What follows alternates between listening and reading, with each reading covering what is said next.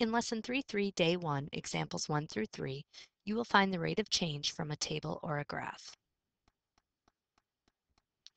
Rate of change is a ratio that describes, on average, how much one quantity changes with respect to a change in another quantity. You will want to make sure you have this in your notes. Rate of change is equal to the change in the y, or the change in the dependent variable, over the change in the x, or the change in the independent variable. Example 1 says use the table to find the rate of change, then explain its meaning. Well, remember, rate of change is the change in the y over the change in the x. So I'm going to go from 78 to 156.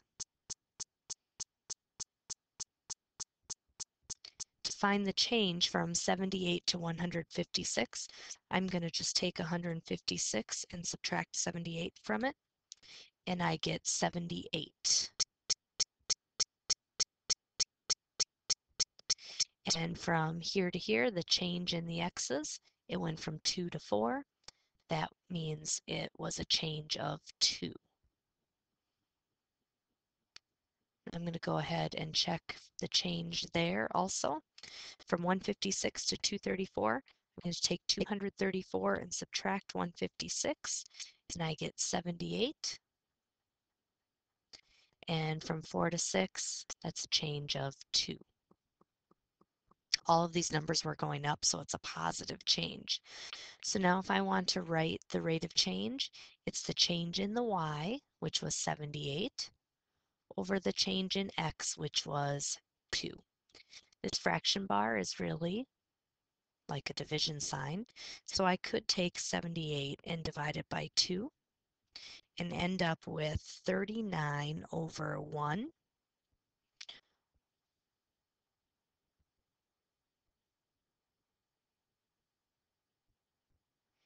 Which means that each game cost $39. It was $39 for one game because it was the cost per number of games. So $39 per game.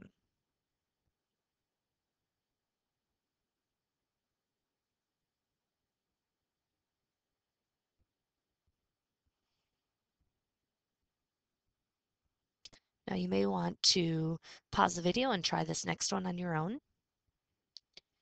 We're looking for the rate of change in this table. It shows how the tiled surface area changes with the number of floor tiles. So we're going to go like this and say from 48 to 96. That change is found by doing 96 minus 48, which is 48.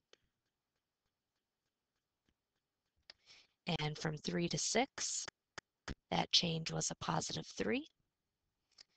Now we're going to check this one as well. From 96 to 144, we're going to take 144 minus 96. That was a change of 48. And this was also a change of 3 again. So the rate of change, remember, is the change in the y over the change in the x. So the rate of change was 48 over 3, or 48 square inches per 3 tiles.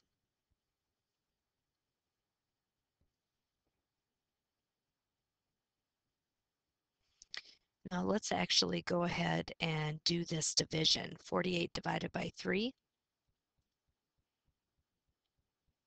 48 divided by 3 is 16.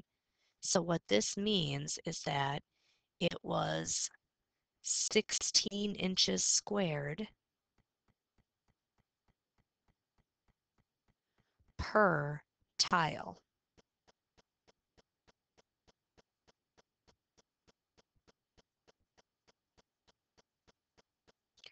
Because remember, the rate of change compares this to this, so it's comparing the area to the number of tiles.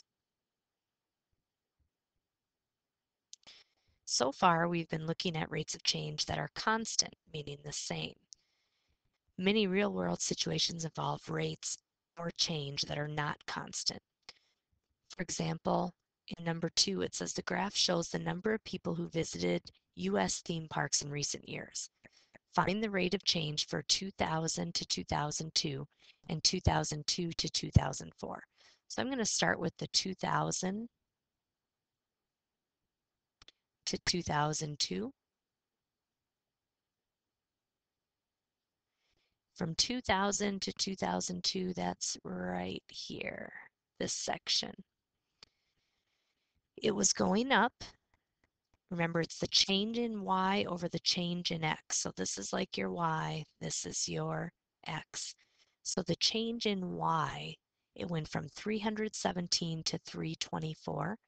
So to find that change, we're going to do 324 minus 317 over 2002 minus 2000, because that's the change in the x.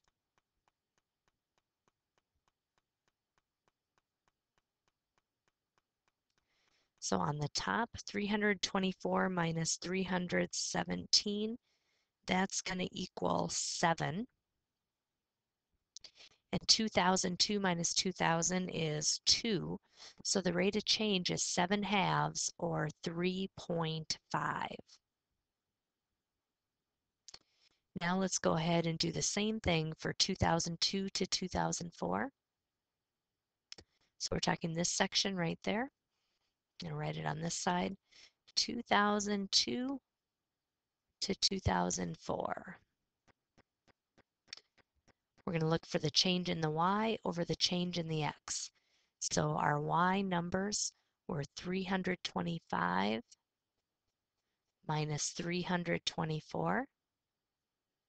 That was going to be the change in the y. And the change in the x is 2004 minus 2002. When we simplify that, we end up with 1 on the top and 2 on the bottom. So the rate of change is 1/2 or 0.5.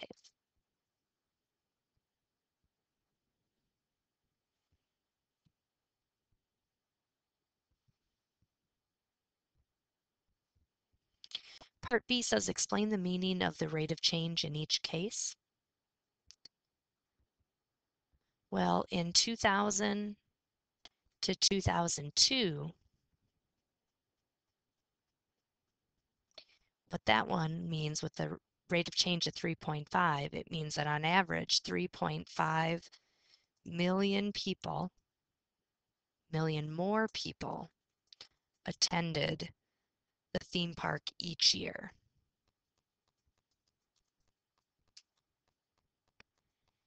From 2002 to 2004, on average per year, we had about 500,000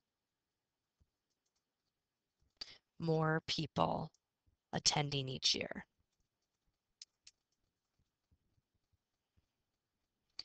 Part C says, how are the different rates of change shown on the graph? Well, the one with the larger rate of change is more steep. The one with the smaller rate of change is more flat. Example 3. We're going to go back to talking about some constant rates of change. If something has a constant rate of change, if you were to go and graph it, it would be a straight line. As opposed to this last example, this did not have a constant rate of change, and it was a jagged line like that. So we want to figure out if these are linear. If they're linear, they're going to have a constant rate of change. So what we're going to do is we're going to go ahead and find the change in y compared to the change in x throughout this table. So to go from -6 to -8, that went down 2 when this went up 3. So the rate of change between these 2 points on the graph is -2/3, because remember it's the change in the y over the change in the x. Next we have from here to here, -8 to -10, that went down 2, while this went up 3. So the rate of change is -2/3 again. From here to here, it went down 2 units, and from here to here, it went up 3. So the rate of change is negative 2/3. And then between the last 2 points, from negative 12 to negative 14, it went down 2. And from here to here, it went up 3. So it's going to be negative 2/3. Since the rate of change was the same, it was constant, then it's going to be linear. And your explanation is that it has a constant rate of change. So it's linear with a constant rate of change of negative 2/3.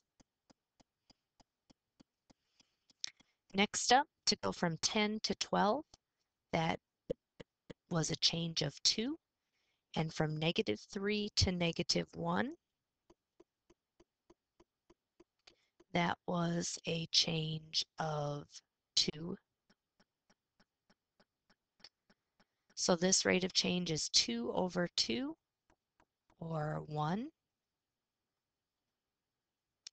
From 12 to 16, that went up by 4.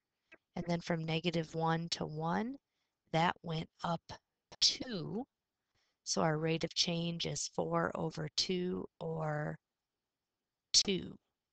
I already know without even completing the rest of the table that this one is going to be not linear because there is not a constant rate of change. It was 1 between these 2 points and it was 2 between these 2 points.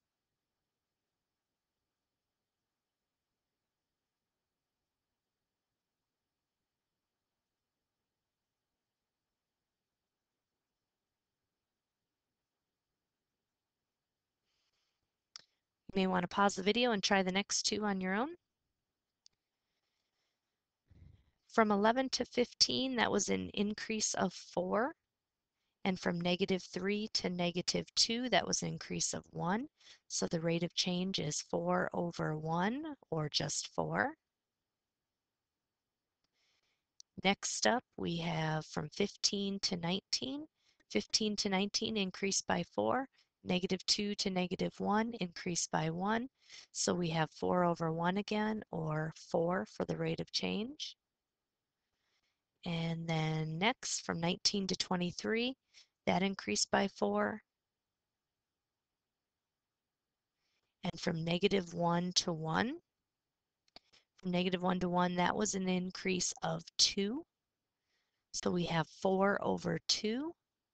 4 over 2 is a rate of change of 2. These are not the same, so this is not linear. It's not linear because it doesn't have a constant rate of change. All right, one last example. From negative 4 to 1, that increased by 5. And then from 12 to 9, that went down by 3. So the rate of change is 5 over negative 3, or negative 5/3.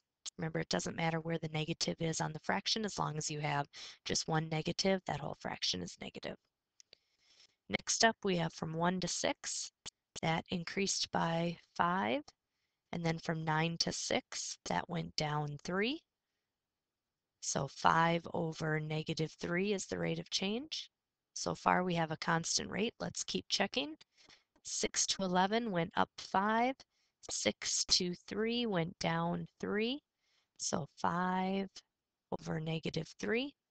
And we have one more to check. From 11 to 16, that went up by 5.